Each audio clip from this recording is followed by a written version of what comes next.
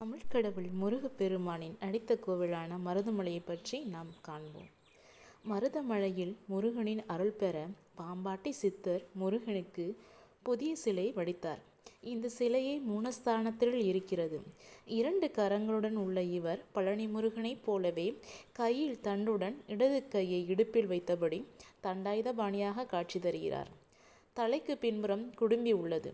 காலில் தண்டை அணிந்திருக்கிறார். தினமும் ராஜ அலங்காரம், விபூதி காப்பு, சந்தன காப்பு என 3 வித அலங்காரங்களுடன் காட்சி தருவார். விசேஷ நாட்களில் வெள்ளி காப்பும், கிருத்திகை தைப்பூசம் நாட்களில் தங்க கவசமும் அணிகிறார். அர்த்தஜாம பூஜையில் மட்டுமே இவரை தண்டாயுதபாணியாக சுயரூபத்தில் தரிசிக்க முடியும்.